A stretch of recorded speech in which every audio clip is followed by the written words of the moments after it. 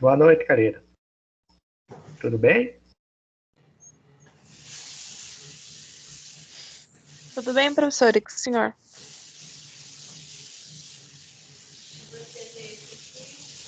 O professor acho que não tá ouvindo a gente. Só lendo o que tá no chat, eu acho.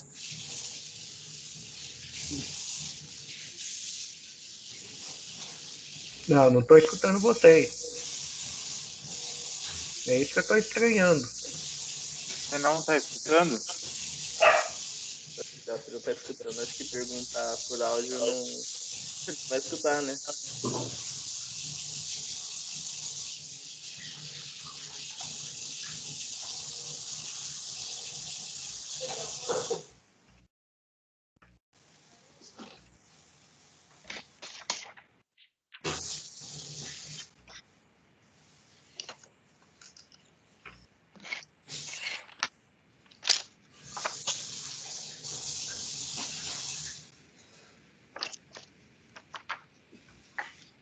Ildes, por favor, você pode fechar o microfone?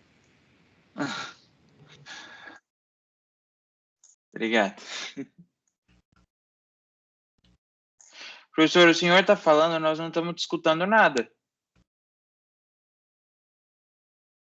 Acontecendo no nosso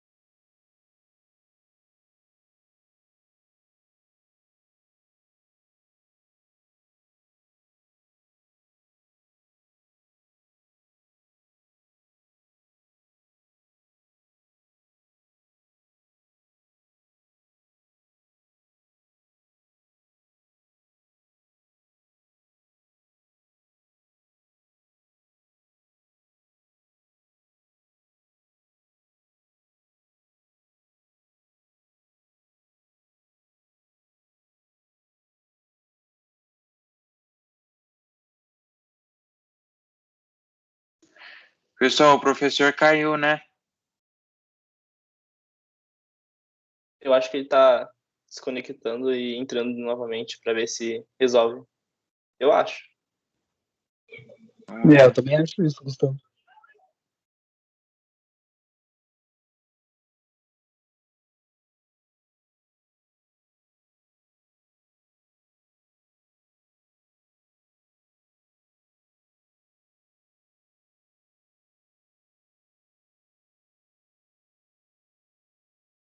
Hoje a aula vai até meia-noite. Bem provável. Agora estão me escutando, pessoal?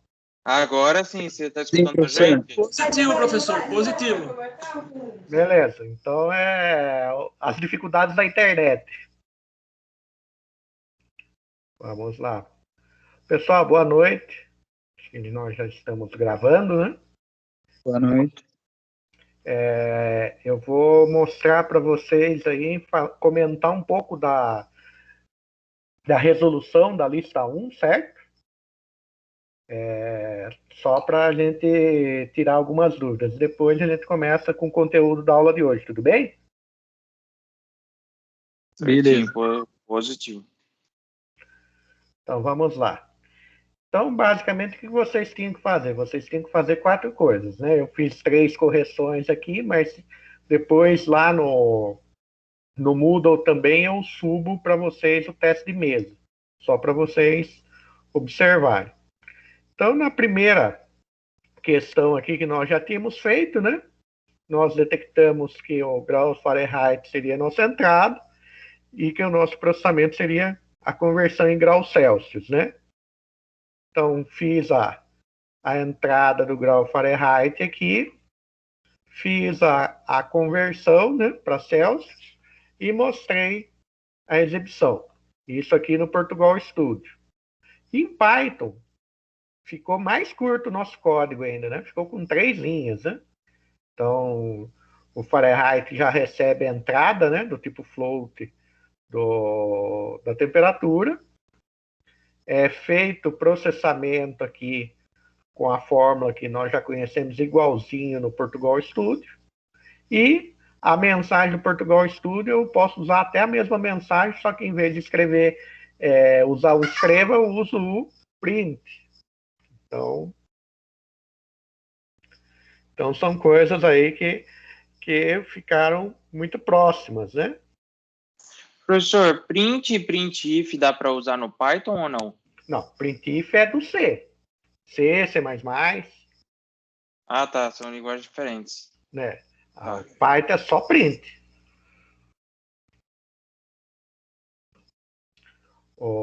E o fluxograma, né? Então, no fluxograma, essa primeira figura aqui é a minha declaração de variáveis, né? Daí, no segundo, eu tenho a entrada do Fahrenheit. Aqui eu tenho o processamento. E aqui eu tenho a minha saída. Se eu tivesse tipos de dados diferentes, eu teria que fazer duas declarações aqui. Então, por exemplo, tem o exercício 10, que vocês têm os tipos, a entrada que são tipos reais e o tipo caractere, daí tem que fazer as entradas diferentes. Então, aqui no exercício 2, né, ler a base e a altura de um triângulo para calcular a área do mesmo, sendo a fórmula da área do triângulo e a formulinha aqui.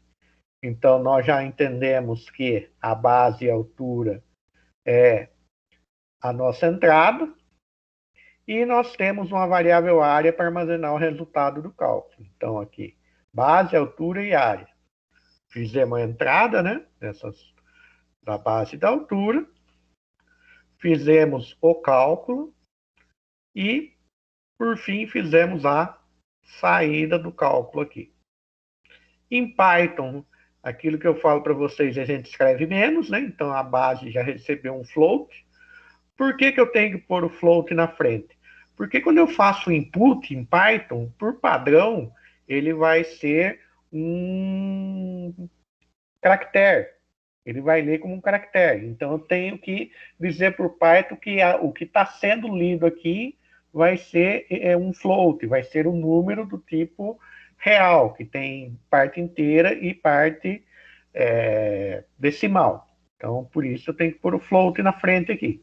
Se fosse um tipo inteiro, teria que pôr um int aqui na frente no lugar do float. Então, como nós estamos trabalhando com números reais, é o float. Então, fiz a entrada da base e altura, o cálculo é a mesma coisa, igualzinho, e a mensagem de saída eu troco o escreva pelo print. Então, vejam que não tem também muito segredo, né? No fluxograma, eu fiz a declaração aqui das minhas variáveis, né? Fiz a declaração das variáveis que eu vou precisar. Fiz a entrada da base e a entrada da altura. Então, para cada entrada eu tenho que fazer uma específica, não posso pôr os dois juntos aqui no Flogorithms, porque ele não aceita, né? Na hora que eu for executar vai dar erro. Fiz aqui o meu cálculo, né? Calculei a minha área e mostrei aqui o resultado do meu cálculo. Pessoal, até aqui dúvidas? Não, professor. Esses 3 primeiros exercícios, no meu ponto de vista, achei eles de boa. Beleza. Então, aqui, o terceiro, efetuar a leitura de 2 valores numéricos reais. Aqui eu já até especifico, né? O tipo de dado. Já sugiro o nome das variáveis A e B para exibir os resultados, calcular e exibir os resultados das 4 operações básicas efetuadas entre os 2 valores informados, né? Então, o A e o B, que seriam as nossas entradas, e as variáveis para armazenar as 4 operações básicas aqui. Fiz a entrada dos 2 valores A e B,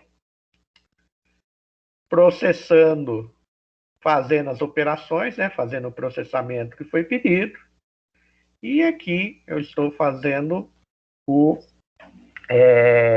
a saída. Põe o /n aqui para quê? Para que a mensagem não fique grudada, não fique tudo numa linha só. O /n ele vai criar uma nova linha. Manda a localização, daí eu vou buscar vocês lá. Ele tá querendo saber. Áudio aberto aí. Tem áudio aberto aí, gente. Então, aqui seriam as quatro saídas que eu preciso. Uso barra N porque é aquilo que eu falei para vocês. Para eu criar uma nova linha. Porque o escreva, ele não cria uma nova linha para mim, então ponho barra N. No Python, como nós já vimos, é mais simples, né? Já fiz as duas entradas. O processamento exatamente igual. A saída, única coisa que eu vou substituir aqui é o escreva pelo print. E no Python, dependendo de onde eu estiver executando, eu não preciso do barra N. Ele já, automaticamente, na hora que eu dou um print, ele entende que é para pular para a próxima linha. Então, aqui seria a minha resolução em Python. O fluxograma, faço a declaração, né, das variáveis do mesmo jeito. As duas entradas, os meus processamentos e as minhas saídas. Então, vejam que resolvi o mesmo problema, segui basicamente os mesmos passos lógicos, a única coisa que mudou foi a maneira como eu representei esses passos lógicos.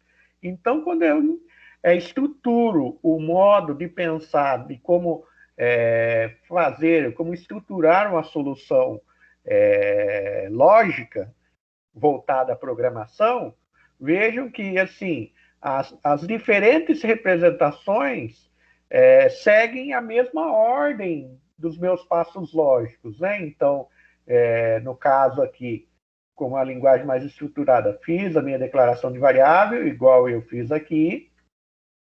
Fiz as minhas entradas, então as minhas entradas ocorreram nos três casos, né? Aqui e aqui. Fiz os meus processamentos, que ocorreram nos três cenários da mesma maneira. E fiz as minhas saídas, que nos três cenários, fora algumas poucas diferenças da linguagem, de como se escreve o comando, ocorreram também da mesma maneira. Então, por isso que eu estou trabalhando com vocês em diferentes maneiras de vocês representarem para vocês conseguirem perceber que o que difere simplesmente é o modo como eu represento, mas a ordem lógica de como eu faço as coisas não costuma mudar muito.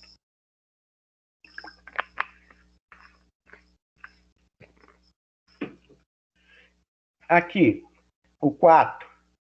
O 4 também, ó, efetuar o cálculo do salário de um professor, né? Onde é informado ao programa o total de horas trabalhadas, né? Então, a quantidade de horas, aulas que foram ministradas e o valor da hora-aula. Então, se for na Secretaria Estadual, né, de Educação, nós sabemos aí que é 12 alguma coisinha esse valor da hora-aula.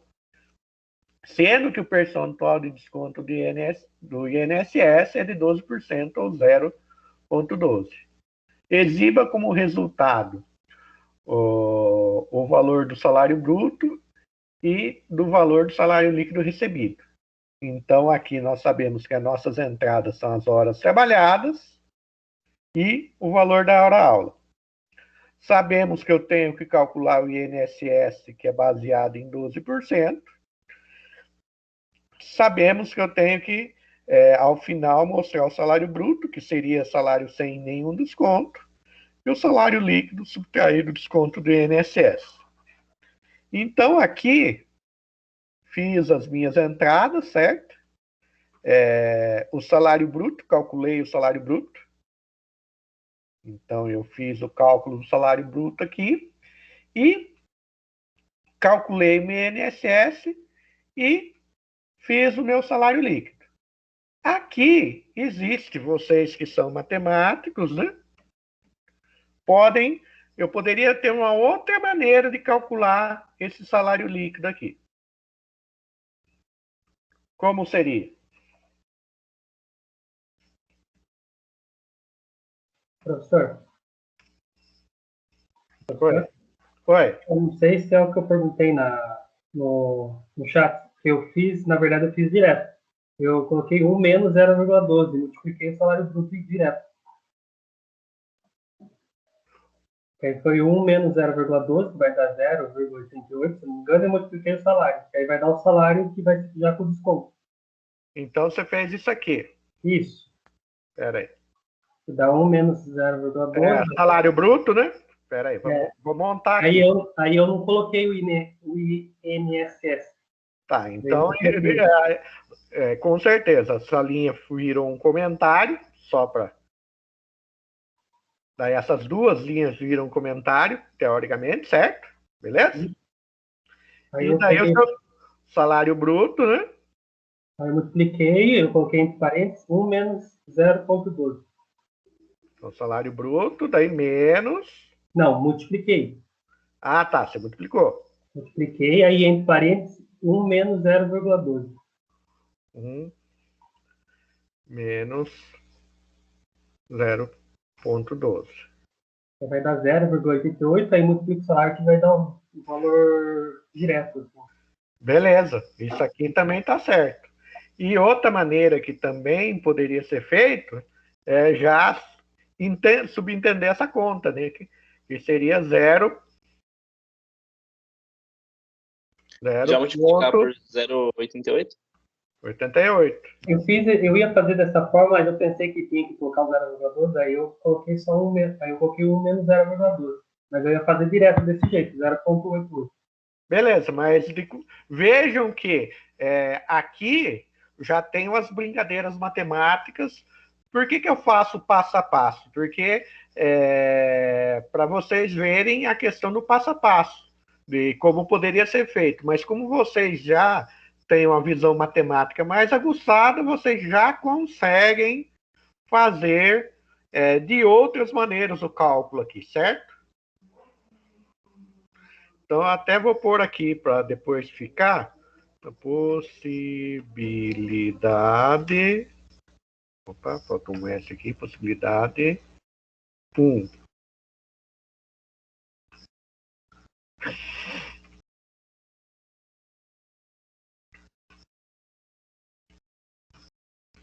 Copiar aqui, jogar aqui, possibilidade 2. E aqui, possibilidade 3. Então, vejam que tem maneiras diferentes de calcular o nosso salário líquido, né? Então, isso que é legal, porque vocês conseguiram ver maneiras diferentes aí, usando a lógica matemática que vocês já têm um pouco mais aguçada do que os alunos do integrado, por exemplo, para achar essas outras soluções aí. Então, vejam que essas possibilidades aqui também poderiam ir aqui no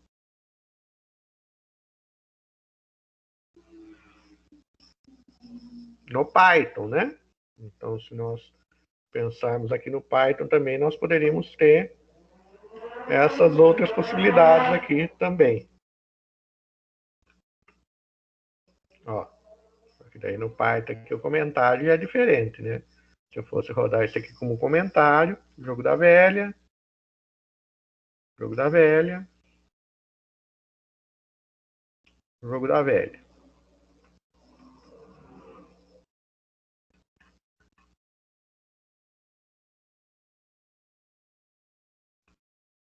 E do mesmo jeito que eu falei para vocês, a gente poderia representar aqui também de maneiras diferentes aí, usando essas duas lógicas aí, certo, pessoal?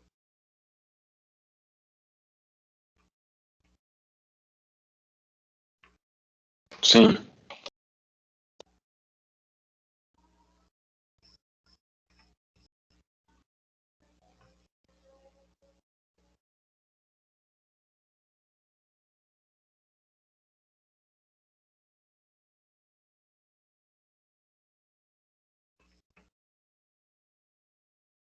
Então, aqui, o problema 5. Efetuar a leitura do valor do litro da gasolina, a distância total percorrida em quilômetros e o consumo médio em quilômetros.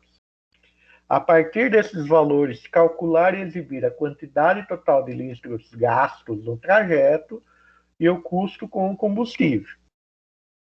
Então, basicamente, olhando no enunciado, o que eu vou ter que fazer? Valor do litro de gasolina, minha entrada, distância total percorrida em quilômetros também é uma entrada, e o consumo médio do veículo também é outra entrada. Então, nós temos 3 entradas aqui. E, na verdade, com essas informações, eu vou calcular a quantidade que eu vou gastar de gasolina, então, total de litros que vão ser consumidos, e qual é o custo dessa quantidade de combustível. Então, por exemplo, sou o Julius, quer economizar até os centavos, vou fazer uma viagem e vou economizar até os centavos, né? Então, vou pôr exatamente o que eu vou consumir, né, de combustível, vou pôr uma gota a mais no tanque do carro, né? Então, aqui, criei uma variável chamada val-litro, que é o valor do litro, distância km, que é a distância que eu vou percorrer, consumo, total litros, tot litros, né, e tot gasto. Professor, precisava pôr esses mesmos nomes de variáveis? Não, vocês podem usar qualquer nome de variável. Geralmente, eu ponho nome de variáveis, e é uma boa prática você pôr nome de variáveis de acordo com a função dela dentro do seu algoritmo, para você depois não se perder aí na hora de estar trabalhando com o algoritmo. Porque se você põe a variável A, B, C, D, F, G, H, essas coisas que não tem contexto dentro do seu algoritmo, aí você vai ter problemas aí na hora de efetivamente programar, fazer o seu algoritmo funcionar. Então, aqui fizemos nossas entradas, né? Então, valor do litro, distância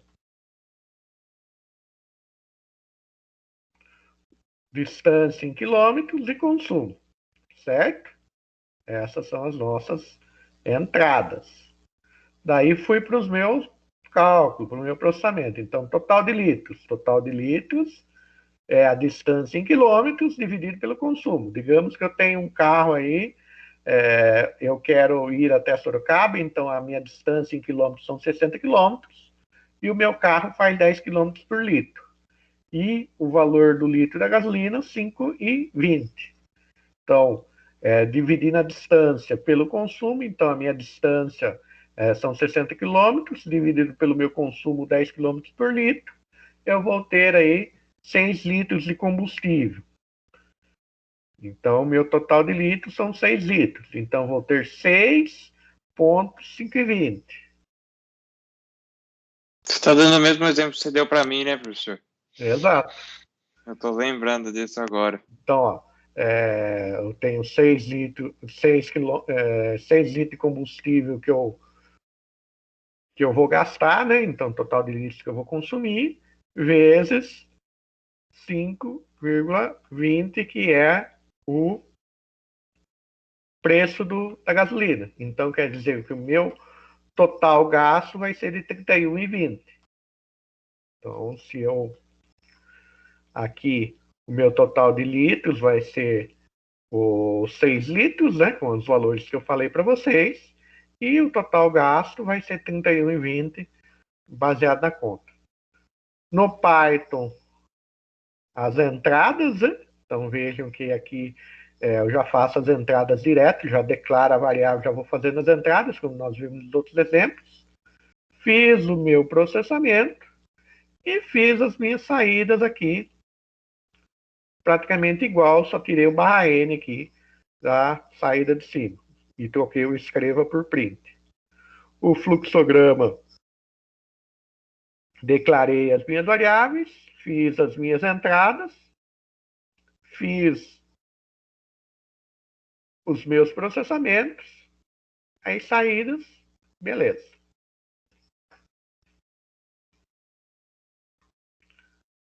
Pessoal, dúvidas nessa aqui? Na realidade, acho que o processo mais difícil em todos esses exercícios é a interpretação do enunciado, né, em si, e Exato. construção da lógica. Exato. Que é sempre o problema, né?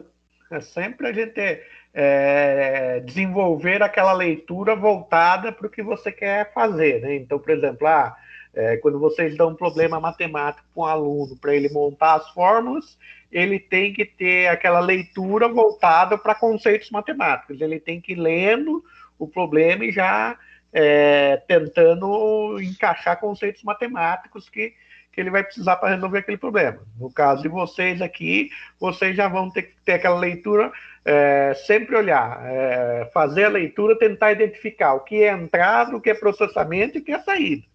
A leitura clínica, né? Né? Então, aqui, no 6, né? Efetuar a leitura do número total de eleitores de um município. O número total de votos em branco, nulos e válidos. A partir desses valores, calcular e exibir o percentual de votos brancos, nulos e válidos. Então, eu tenho como entrada total de eleitores, né? Votos brancos, que eu chamei de VB, votos nulos, que eu chamei de VN, e votos válidos, que eu chamei de VV. Então, essas são as minhas entradas. Então, informe total de eleitores, então fiz todas as minhas entradas. Daí eu criei uma variável chamada percentual de votos brancos, percentual de votos nulos e percentual de votos válidos. Então, para armazenar o... Professor, Oi. essa lista não é para entregar amanhã? Dia 13, está marcado no MU dia 13. Tudo bem, mas eu já estou fazendo um comentário. Estou explicando. Sim. Já estou explicando assim só para vocês pegar mais o jeito. Então, tá joia. Tá joia. Eu tô deixando... Eu fiquei na dúvida, que eu tava terminando de fazer, eu falei, ai, como é que fica aí? Não esquenta a cabeça. Essa aqui, como é a primeira lista mais direcionada que vocês estão fazendo, eu quero sentir se vocês tiverem dificuldade, eu estou explicando. Daí, então, assim, essa lista, eu já estou fazendo essa correção para ir habituando, situando vocês na leitura dos enunciados, em como estruturar. A ideia é que vocês progridam, gente. A minha avaliação quanto à entrega de lista é muito mais vocês estarem fazendo as listas, estarem realmente exercitando a lógica de vocês. A partir das próximas listas, da segunda, da terceira lista, daí, depois que fechar a lista, eu só subo a correção para vocês conferirem como está. E se vocês tiverem alguma dúvida, vocês entram em contato comigo. Beleza? Tá joia. Eu estava nessa dúvida aí. Falou, professor, obrigado. Nada, eu que agradeço. Então, vimos aqui as 3 variáveis que eu criei para calcular as porcentagens, né? Fiz as entradas que eu preciso, os cálculos de porcentagem, né? Então, a porcentagem de votos brancos os votos brancos dividido pelo voto total de eleitores vezes 100, e fui fazendo a mesma lógica aqui, a mesma lógica matemática, para resolver os meus percentuais, né? A saída... Professor, por que vezes 100? Só por curiosidade. Porque senão vai dar aquele número... votos brancos. Então, vamos lá. Então, vamos falar que o meu total de eleitores, certo? Meu total de eleitores são 1.000 eleitores. Certo? Sim, perfeito. O 100 já é para achar a porcentagem direto, né, professor? Como se fosse uma regra de 3, né? Digamos que os meus votos válidos são 900, tá? Perfeito, positivo. Então votos válidos aqui, essa forma. Votos válidos dividido pelo meu total de eleitores, que eu falei para você que é 1.000, certo? Perfeito, beleza? Positivo. Vai dar esse número aqui, certo? Correto. Só que nós sabemos que 900 e 1.000 são 90%, certo? Como que eu vou deixar o número bonito? Vezes... Seria como uma espécie de arredondamento aí, ou não?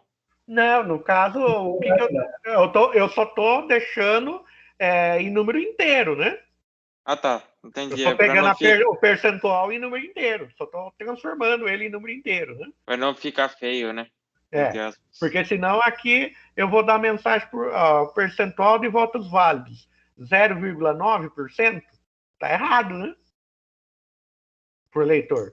E nós sabemos que 900 perante 1.000 é 90%. Sim. Então, Entendi. Obrigado, professor. nesse sentido que nós pusemos esse 100 aqui, essa brincadeira aí de deixar mais bonitinho o número. É o que o Gustavo falou, né? No caso. Então, é como se fosse a regra de 3 ali para Exato. dar certa equação. Exato. Então, na verdade, vejam que a gente consegue programar um programa para fazer regra de 3, por exemplo, né? A gente poderia criar todos os valores como variáveis, certo? Ou o valor inicial, que é o meu valor total, com 100%. Então, vejam que a lógica da regra de 3 a gente conseguiria programar também aí num algoritmo. Dado, eu quero fazer um programa aí para calcular,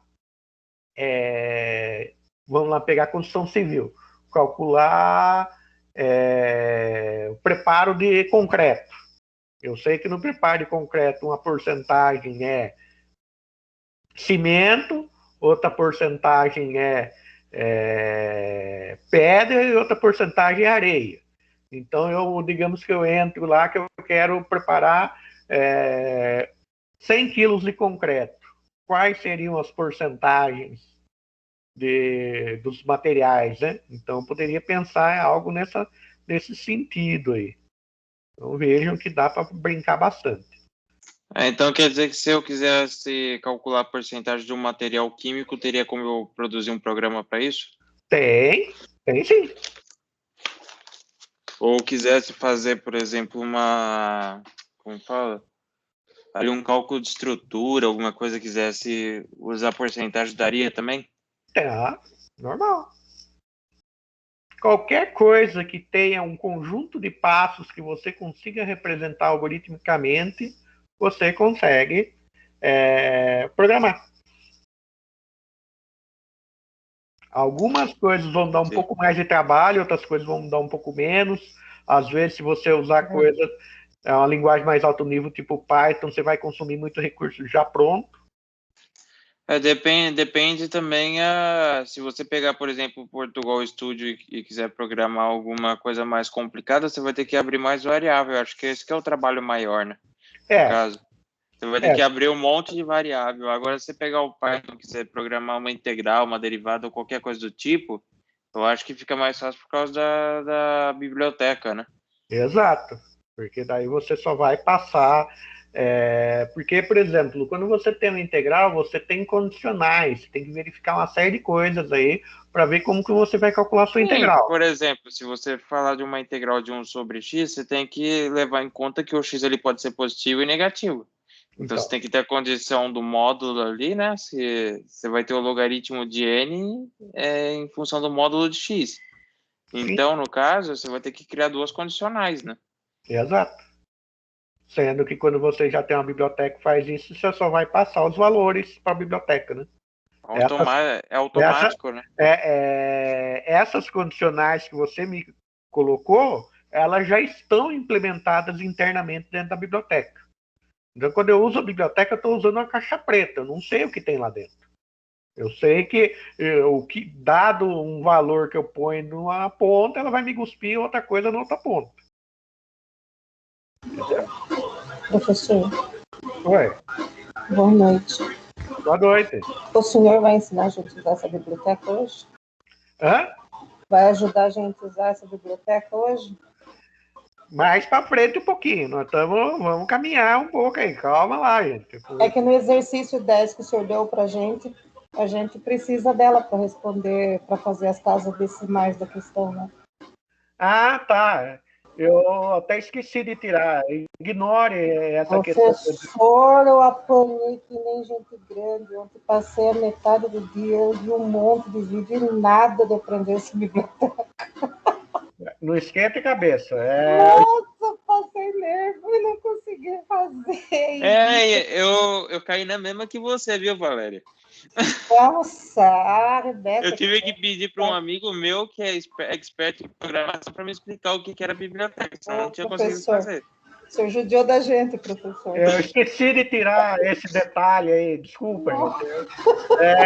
O enunciado, eu até tinha pensado em tirar esse detalhe, mas não tirei, desculpe. Colocou assim, arredonde para 3 casas decimais. Acho que era algo assim, né, Valéria? Duas casas decimais. Mas então. Eu esqueci de tirar, desculpe mesmo. Porque eu não falei sobre biblioteca com vocês não conseguem fazer. É o que eu pensei. O professor, olha, foram 40 exercícios, quase morri. Tanta dor no pescoço, porque cada exercício são 4 maneiras de você expor o exercício. Senhor do céu, aí chegou de tardezinha, eu fiquei até às 8 da noite. Apanhei, vi vídeos que explicavam, todos desatualizados, mostrando cada um de um jeito. Olha, ontem mandei mensagem para o Caio e para a Rebeca nervosa. Falei, gente do céu, não vou conseguir fazer esse negócio. Graças a Deus, então, o senhor perdoou, gente. Não, foi erro meu. Isso aí é erro meu, porque eu não comentei da biblioteca ainda. Pelo jeito é bem complicadinho, né? Meio chatinho. Não é complicado. Vocês, vou até abrir aqui o Portugal Studio. Para mostrar para vocês, já tem um exemplo implementado disso. Então, tudo foi aquela benção, mas essa biblioteca aí, falar que o senhor deu. Só para matar a curiosidade de vocês, não é que eu vou pedir, não, gente. Apanhar que nem gente grande mesmo, né, Valéria? Nossa, foi mesmo. Então, professor, o meu não tem essa aba aqui do lado direito. O meu Portugal. Qual aba? Essa aí. Essa janela aqui do lado direito. Essa aqui? Exemplos, essa listagem de arquivo não tem no meu. Só tem esse Portugal Studio aqui do lado esquerdo. Essas abinhas que estão no alto, elas estão do lado esquerdo também, na lateral. É diferente. Então, deixa eu abrir um arquivo aqui para... Você não está usando online, Valéria? Online. Online não tem. É por isso que você não instalou. Nossa, eu não instalei. Não vou instalar, professor, porque meu notebook já é pesado. Tem bastante programa aqui que eu uso para trabalhar. Então, eu vou tentar usar online. O online dá. Você não vai ter os exemplizinhos aqui para você...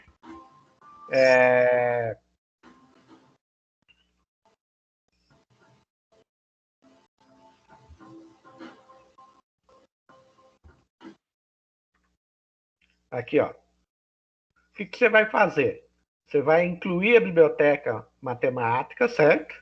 E para você não ficar chamando a biblioteca matemática toda hora, matemática, você vai dar um apelido para ela. Então, aqui eu estou incluindo a biblioteca matemática e estou dando um apelido de mate para ela. Certo? Daí, quando eu vou usar a biblioteca matemática, como eu dei um apelido mate, daí eu chamo a função que eu quero, no caso, arredondar. Ela está arredondando esta conta para mim, vírgula, está usando 2 casas decimais. Mas isso aqui é que eu esqueci mesmo. Desculpa, gente. Eu esqueci de tirar do exercício. Não é? Ontem eu peguei a apostila, né, que o senhor colocou lá no Moodle, e lá ele manda a gente usar porcentagem, ponto 2F. É isso? Não, aquilo lá é quando você está usando outras linguagens. Então, por exemplo, o Python, né? Mas não esquenta a cabeça. Foi erro meu. Desculpa, gente. Depois a gente vai... Guarda esse exercício para o final da disciplina, professor. Tá certo. Botou extra aí. Com certeza. Até lá a gente vai saber já. Beleza. Outra coisa também, professor, assim, que eu tive dificuldade, por exemplo, no fluxograma, foi isso, por exemplo, colocar a porcentagem. Você faz a resposta e depois coloca a porcentagem do lado na resposta, né? Eu faço concateno, né? Ó. Deixa eu dar um zoom. Ó, eu estou concatenando aqui, né? Ó. Então, fiz a minha mensagem literal, né? Vírgula, o conteúdo da variável, vírgula, de novo, o porcentagem, né? Como um literal. No fluxograma é a mesma coisa, ó. Mensagem literal, então o percentual de votos daí, em vez da vírgula, eu vou usar o E comercial, conteúdo da variável, E comercial de novo. É que eu não coloquei esse E comercial de novo aí para depois colocar a porcentagem, por isso que não deu certo para mim. Certo? Tá. Então, toda vez que você tiver que juntar coisas, isso aqui pensem que é o mais. É isso, mais isso. E por que a porcentagem está entre aspas, professor? Só por curiosidade. Não, a aspas está aqui, ó. A aspas aqui, fechou aqui. Certo? Perfeito. Porcentagem, sem aspas, conteúdo da variável. PVV. E porcentagem de novo, aspas, abre aspas, sinal de porcentagem, fecha aspas. Porque o sinal, eu quero mostrar o caractere porcentagem. Tá, ele é um caractere alfanumérico. Tá. Todo caractere alfanumérico ele tem que estar em aspas? Sim. Tá. Porque é o que eu quero. Perfeito, obrigado, professor. Nada. O professor Fran perguntou o porquê do barra N, acredito eu que no print, né? Não escreva lá no Portugal. Isso aqui é para criar uma nova linha. Eu vou até copiar aqui e executar esse programa para vocês entenderem lá no Portugal. Ó. O barra N e barra R é a mesma coisa, né? Ó. Opa, fecha essa parte aqui. Ó. Número de leitores, 1000. Votos válidos, 900. 50. Ó, vejam que o percentual de votos válidos é 90%, o percentual de votos 5%, beleza? Deu 3 linhas, certo? Com o barra N. Se eu tirar o barra N, olha o que vai acontecer com as minhas mensagens. Tirar todos os barra N ali. Na verdade, esse último nem precisava de barra N. De novo. 1900. 50. Olha o que aconteceu com as minhas mensagens. Por mais que eu tivesse feito os 3 escrevas, ó, ficou tudo numa linha só. Então, quando eu ponho um barra N, eu estou falando pro programa, vá para uma nova linha. Então, barra N, eu estou dizendo para o meu programa, vá para uma nova linha. Então, total de número de leitores, 1000 de novo. Votos válidos, 900. 50. Todos os mesmos valores. Vejam que agora as minhas mensagens ficaram bonitinhas. Por quê? Pela questão do barra N. Então, o barra N, ele é um caractere escape, como nós falamos na aula passada. Então, a função dele é criar uma nova linha. Certo? Deixa mais organizado o sistema, né? Deixa mais organizado. Fica mais legível a minha resposta, né? No Python, por exemplo, vamos pegar esse cara aqui. No Python, eu já não preciso, né? Então, se eu...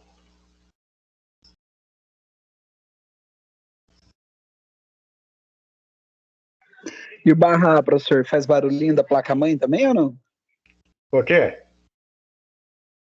O barra A faz o barulhinho da placa-mãe ou não? Não. Vamos lá, deixa eu carregar aqui. Então, vou colar. Então, vejam aqui que eu estou em Python, certo?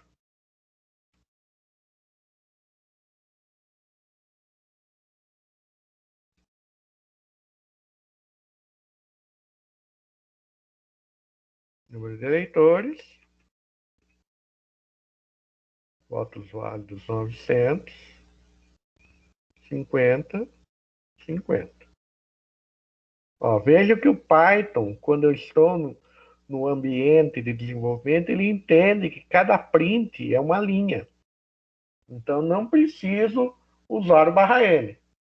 Ou como eu usaria o /n aqui? Se eu quisesse pôr tudo dentro de um print só. Então, se eu pegasse aqui, ó,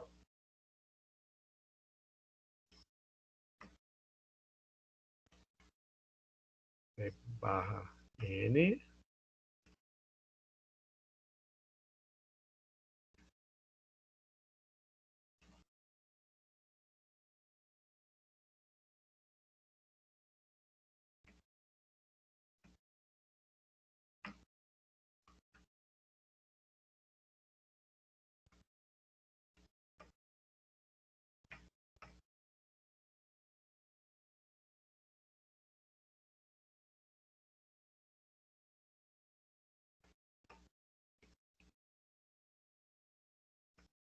vamos lá.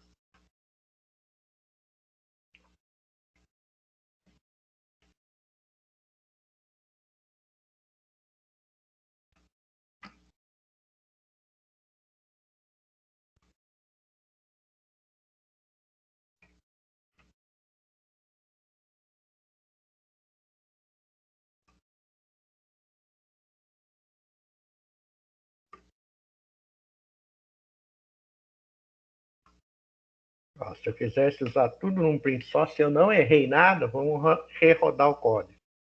Então, 1950. Ó, vejam que eu fiz tudo num print só, um comando print só, mas como eu fui pôr no /n, o que ele fez? Ele criou 3 linhas para mim. No Python, ele entende que quando eu faço um print, eu já tenho que criar uma nova linha. Mas se eu quiser pôr uma mensagem grande dentro de um print só, usando os /n, eu posso fazer. Certo, pessoal?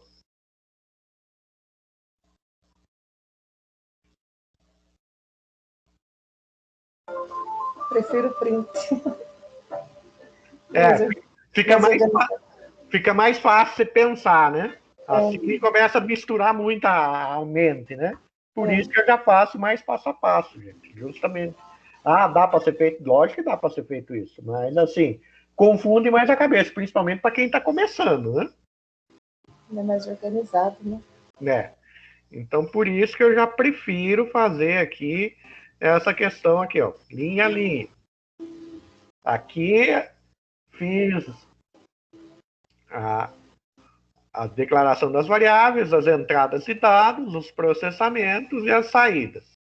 Então, vejam também declaração de variável, entrada, processamento e saídas. 7. Vamos. Aqui é aqui. Professor? Oi. Eu só tenho uma coisa para falar, assim, eu não tive muita dificuldade para fazer os exercícios.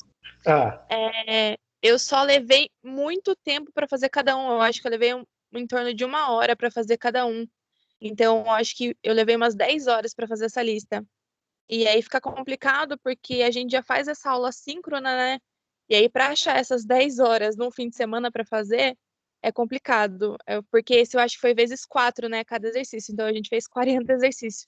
Então, certo. assim, umas próximas listas que tiver bastante coisa para fazer nos mesmos itens, se o senhor puder colocar menos exercícios para a gente fazer. Sim, seria... beleza, eu diminuo o número de exercícios. Na próxima lista já está pronta, mas a partir da outra, né? Da outra semana a gente já diminui. Né? A gente põe 5 exercícios. Pode ser, gente? O professor vai ajudar, porque eu nem almoço fiz ontem, para você ter uma ideia. Fui até às 8 da noite. Valeu, professor. Quase morri também. Eu não sei como é a velha história. Eu também estou descobrindo o ritmo da aula com vocês. Então, por isso que a gente joguei um ritmo, agora vocês já me deram um feedback, eu consigo ajustar o ritmo para as próximas vistas. Nossa, vai ajudar muito, professor, porque é bastante matéria que a gente tem, a sua lista, tem a lista do Vitor, tem a lista do Marcelo, tem bastante lista. E aí a gente tem que dar conta, né? Ah, sim, lógico. No meu caso mesmo, Wilson, eu como nunca vi essa matéria, nem sei como é que mexe com isso, eu tive bastante dificuldade. Tanto que eu fiquei preocupado. Eu consegui fazer a 3, mas foi muito sacrifício fazer a 3. A 4 eu estava batendo a cabeça aqui para tentar fazer, né? Entendi. Então, como eram 9 questões, é complicado. Beleza, mas... Agora que como comentou, tem outras listas para estar fazendo e a gente que trabalha só faz final de semana, né? Ah, sim, lógico. Eu entendo o lado de vocês. Eu também, quando eu fiz a minha graduação, também era a mesma coisa. Tinha que trabalhar para pagar as contas e achar as brechas para os exercícios. Mas então, vamos fazer assim, essas primeiras, até para vocês irem pegando mais o jeito, vai ficar... eu puxei mais. Desculpe até, mas aí as próximas a gente já faz com 5, certo? Acho que 5 exercícios. Beleza, vai ajudar bastante. Obrigada, professor. Eu que agradeço. Obrigado. A velha história, sabe que aula é um negócio que a gente vai descobrindo no caminho, né, gente? A gente vai, para cada turma, a gente vai ajustando aí conforme os feedbacks que nós vamos tendo, né? A gente entra com a visão da aula, de como vai trabalhar, e conforme o pessoal vai nos dando feedback, a gente vai ajustando. Vocês vão perceber, vocês também, quando vocês tiverem como professores, vai ser a mesma coisa. Vocês vão pensar num ritmo, e conforme vocês forem tendo feedback do aluno, você aumenta ou diminui o ritmo. Beleza? Beleza, professor. Deus abençoe. Obrigada mesmo. Então, aqui, pessoal, a 7. Uma pessoa precisa caminhar por X quilômetros e o seu passo em média é de N metros. Então, implemente um algoritmo que receba a distância em quilômetros a ser percorrida. Então, a minha distância em quilômetros a ser percorrida é uma entrada, e o tamanho do passo que a pessoa vai fazer o percurso.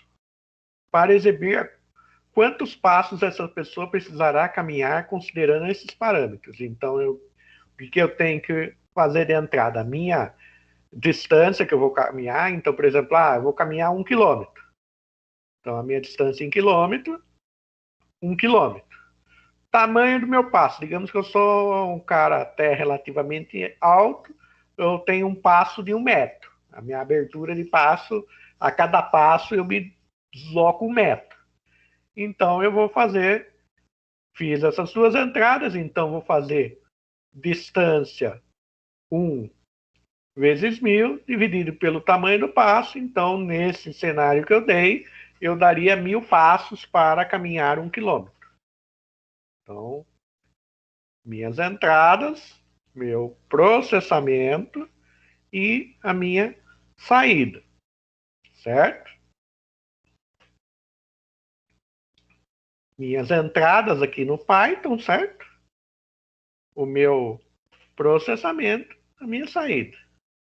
Nossa, o Python é muito reduzido, né? O Python é feito para você não escrever. Veja que você tem essas duas instruções no Python, viram uma. O Portugal é para programador mesmo, porque matemático não gosta de escrever muito não, professor. O Portugal, ele é baseado, por exemplo, se você for programar em C ou C++, você vai ver que ele é quase a mesma cara. É um C, C++ em português. Certo? Porque o C++ ele seria em inglês? Em inglês. Então, seria um pouco... A diferença é que você vai usar uma estrutura um pouco diferente em inglês. Mas vai ter conceito de abrir chaves, fecha chaves, e o C++ ainda tem uma chatice, né? Ao final de cada linha, ponto e vírgula.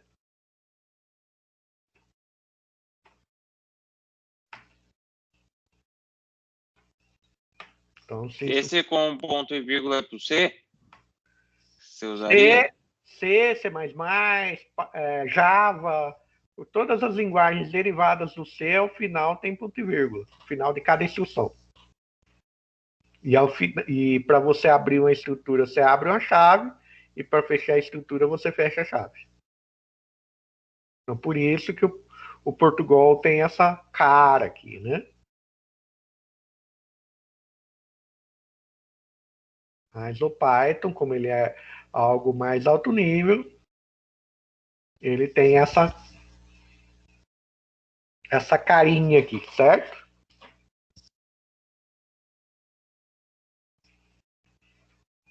Beleza? Quase não escreve, né? Quase não escreve.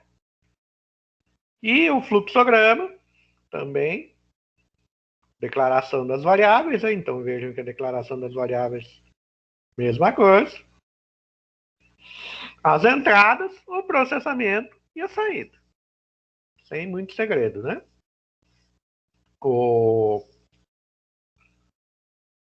Crie um programa que receba a distância em metros e exiba o valor convertido em quilômetros e também em centímetros.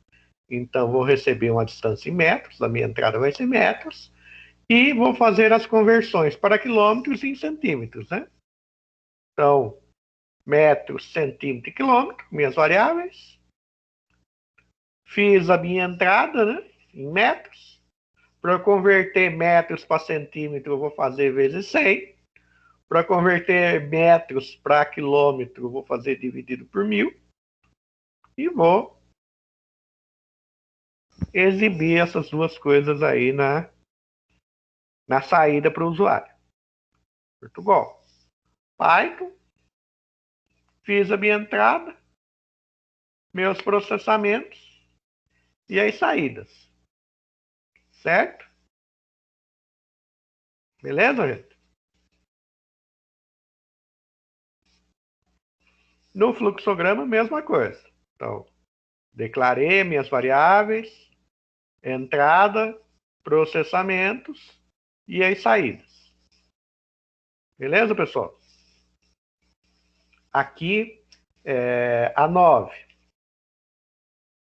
A 9, vou passar 4 valores, né? Entrada de 4 valores, e calcular o produto, a diferença do produto de A por B e de C por D. Então, a minha formuleta ficaria isso aqui. 4 valores de entrada, né? ABC. E aqui eu já estou dando valor, dado um conjunto de valores conhecidos, eu já sei a minha saída. Então, são valores que eu posso usar aí no meu teste de mesa. Professor? Oi. Essa, a hora de escrever, assim, por exemplo, você escreveu aí... Desce um pouquinho, por favor. Só um pouquinho. Ali no Portugal. Ó. Professor, desce um pouquinho no Portugal, só para fazer. Aí o senhor escreveu, informa o valor de A. Eu coloquei assim, informe o primeiro número. Isso altera a Não. Isso aqui é o que eu vou mostrar para o meu usuário. Ó, vou até executar lá para você ver. Então, a maneira que a gente escreve, essas coisas assim, porque às vezes tem algumas coisas que você escreve, a gente escreve diferente, né? Não tem problema, não, né? Não, ó. Então, se eu executar isso aqui, ó, informe o valor de A.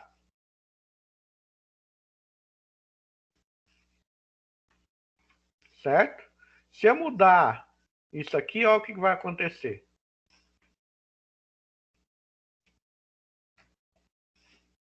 Ah, não, mas daí eu coloco junto, leia a mesma palavra. Assim, o que eu perguntei informe o primeiro número, daí eu coloco, entendeu? Eu escrevo diferente e coloco no leia também diferente.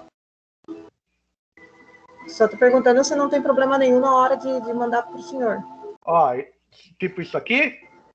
Isso. Daí escrevo, leia o primeiro número, por exemplo. Não foi assim que eu coloquei. Deixa eu ver aqui. Não, você tem que declarar. As suas variáveis estão assim? Sim, eu declarei a variável A, B, C, tranquilo, porque daí é ela que a gente usa no processamento, né? Sim. E o escreva você fez assim? Não, eu coloquei, digite o primeiro número. Aí eu coloquei embaixo, leia A. Aí lá embaixo no processamento eu coloquei A. Entendeu? Digite o primeiro número. Isso aqui? Isso. Exatamente o que você fez, né? Sim. Não vai ter problema nenhum. Então, ó, vamos pegar os valores de teste aqui, ó. Os valores de teste, 5, 6, 7, 8. Então, 5, 6, 7, 8. Certinho. Aqui é só a mensagem que eu vou usar para o usuário, ó, esse escreva aqui. Entendi. Tá bom. É porque eu não coloquei as letras que foi colocado, sugerido na pergunta, entendeu? Eu coloquei, eu fiz diferente. Mas tá bom, então, assim, vai operar. Bom? Tá bom, obrigada. Porque aqui o que me importa, o que realmente é as entradas, né? Então, essas entradas estão de acordo e o meu processamento aqui, ó. E daí, baseado no processamento, eu vou fazer minha saída. Obrigada. Que é a mesma coisa aqui. Então, se eu pegar esse cara aqui, ó, vamos lá.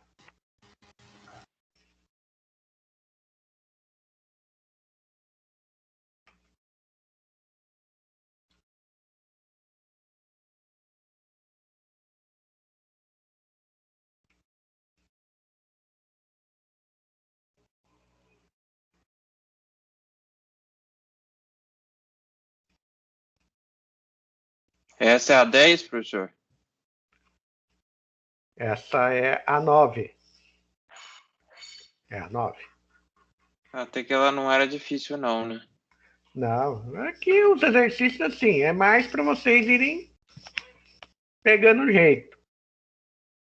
Eu sei que no começo é difícil você olhar e ter aquela leitura que nós falamos, né? Aquela leitura já para ir detectando as coisas. Por isso que até às vezes eu pus um pouco mais aí, mas vocês vão ver que... Eu mesmo, eu acho que eu não fui tão bem nessa primeira lista assim, professor. Beleza. Mas não esquece a cabeça, com o tempo vai pegando um jeito. Então, ó, igual mostrei lá, ó. Digite o primeiro número.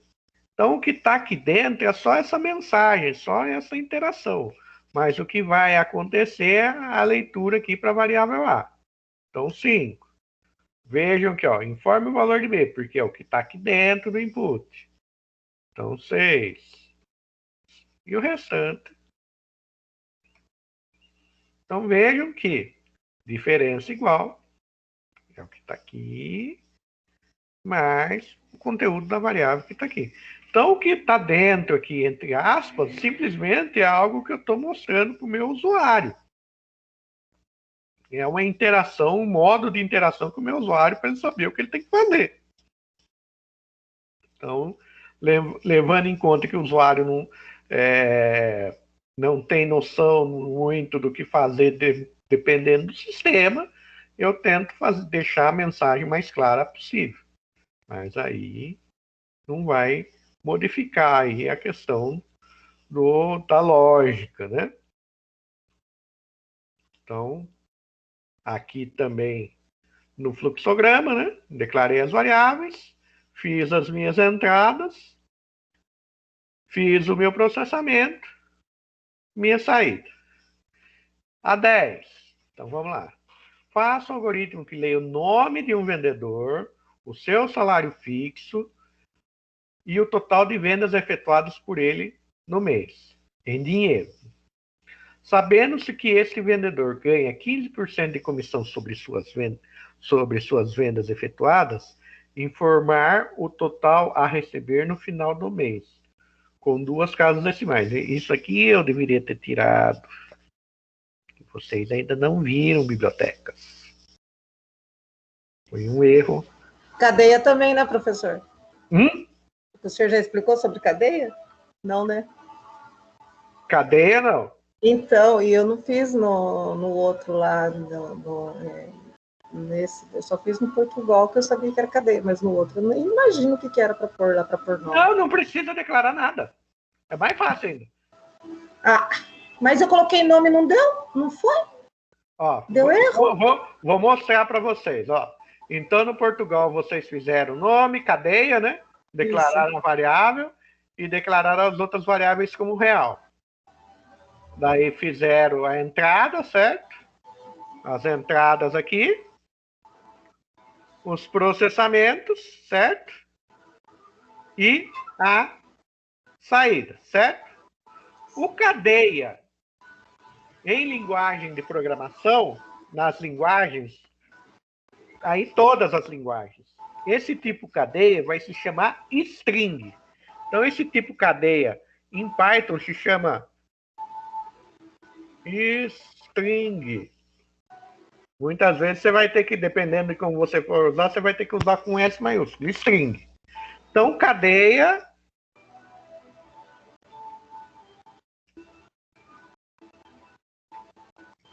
certo? Se você for olhar a palavra string em inglês, ela significa cadeia, corrente, se você for olhar a tradução literal dela, certo? Porque os tipos de dado que tem um conjunto alfanumérico de letras e números, um conjunto assim, eles se chamam string, ou cadeia.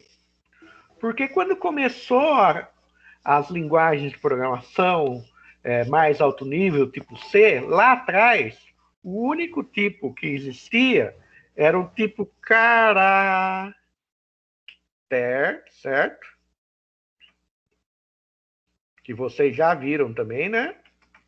Certo? Vocês não viram lá na lista de dados? E esse caractere, ele é chamado de char. Eu consigo armazenar uma letra só dentro desse cara. Então, por exemplo, se eu quero escrever o meu nome, Wilton, eu vou ter que criar uma estrutura de repetição que vai me alocar um espaço para digitar a letra W, depois a letra I, depois a letra L, depois a letra T, depois a letra O, depois a letra N. Eu vou criar algo que dentro da computação e dentro da matemática vocês já conhecem, que é matriz. Uma matriz. Certo? Então, eu vou ter que criar uma matriz para pôr assim.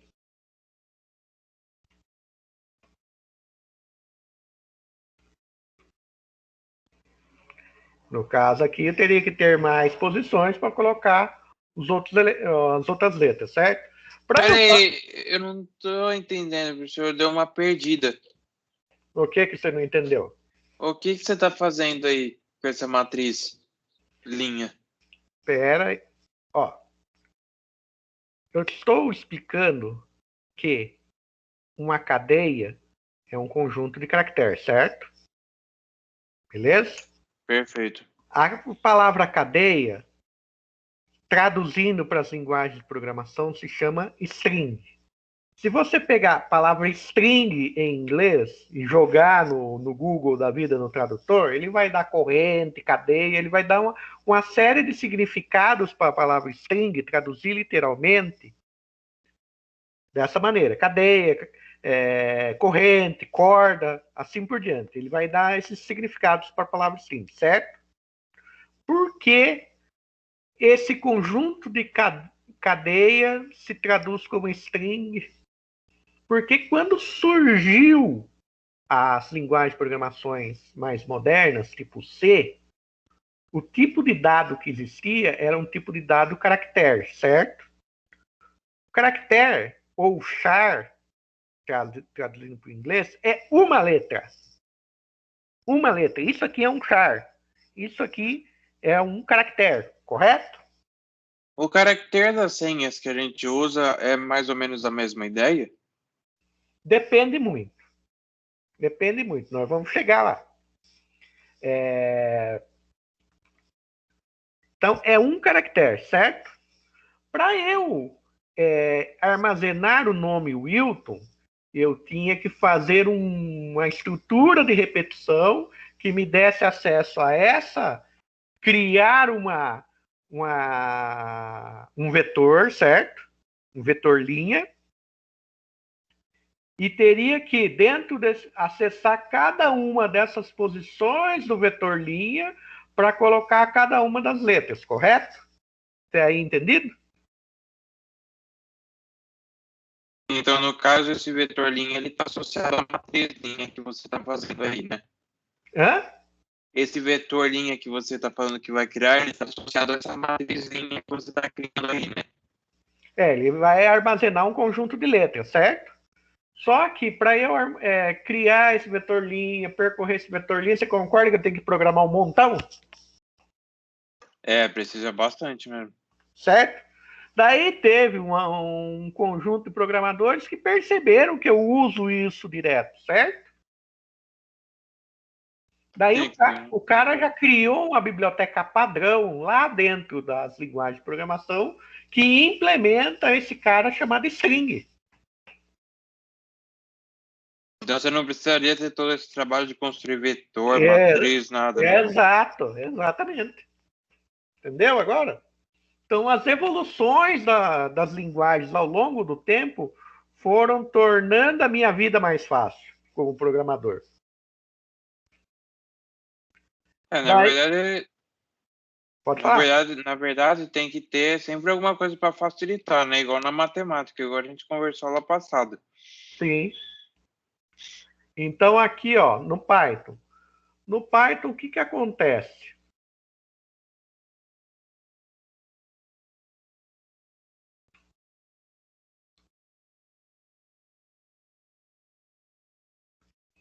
No Python, quando eu faço só um input, ele automaticamente, na hora que fizer a leitura, ele vai ler uma string e já vai identificar que o que está recebendo é uma string. Entenderam? Então, quando no Python, toda variável é uma string, né? Toda variável ela é dinamicamente tipada. Ah, que legal. Então, dependendo do que ela recebe, é o ela tipo vai mudando. Então, se eu puser aqui, ó, informe nome. Então, aqui eu vou pôr Wilton.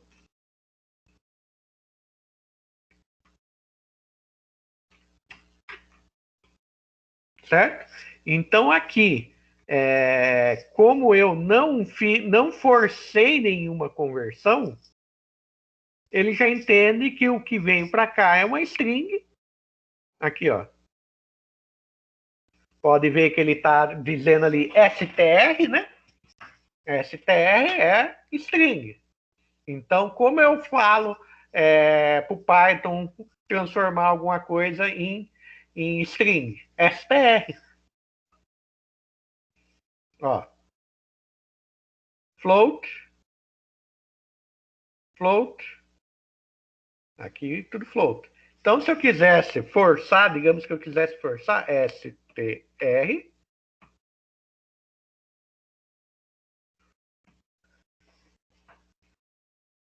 certo?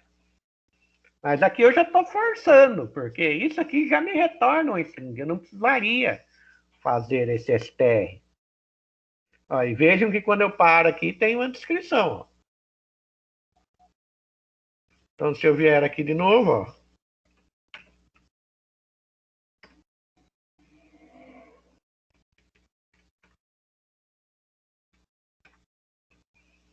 Então, se eu parar aqui, ó, str, e o conteúdo está sendo esse.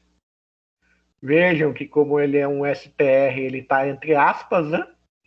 Então, se eu quiser colocar uma variável e declarar um valor literal, vai ser assim, ó. Poderia já pôr um valor literal para ele.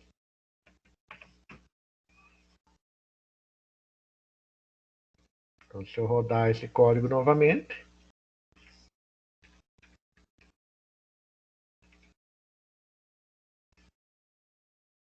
Certo? Então, vejam que, conforme o valor que a variável recebe, ela automaticamente já reconhece o tipo que ela é. Isso nós chamamos de tipagem dinâmica. Eu não preciso dizer o nome da variável e o tamanho e o tipo de variável e o tipo de dado que ela vai armazenar para que automaticamente o sistema já crie um espaço em memória. Na hora que ele criar um espaço em memória, ele vai ficar esperando. O que eu vou receber? Vou receber um string. Se eu vou receber um string, eu já automaticamente. Então, ele abstrai processos, certo? Aqui ele está abstraindo esse processo aqui, ó. Peraí. Ó, ele está abstraindo esse processo aqui, ó. Porque aqui ele cria um espaço na memória chamado nome e, sabendo que é cadeia, ele vai determinar o tamanho que vai ser esse espaço. Aqui ele cria um conjunto de variáveis, sabendo que é real, ele vai determinar o conjunto, vai criar esse conjunto de espaços em memória e já vai determinar o tamanho. O Python já faz isso assim, ele é muito dinâmico. Conforme as coisas já vão acontecendo, ele já vai resolvendo. Por que é possível isso com Python? Porque o poder de processamento hoje dos computadores é muito maior do que era há 40 anos atrás, quando foi criado o C. Então, ele consegue resolver várias coisas juntas, né? Então, aqui ele está resolvendo várias coisas juntas. Ele está criando espaço de memória, está verificando que vai receber, já está alocando o espaço em memória e já armazenando o valor dentro daquele espaço. Mas isso é a evolução do hardware, a evolução das linguagens de programação. Agora vocês entenderam o porquê da diferença, gente?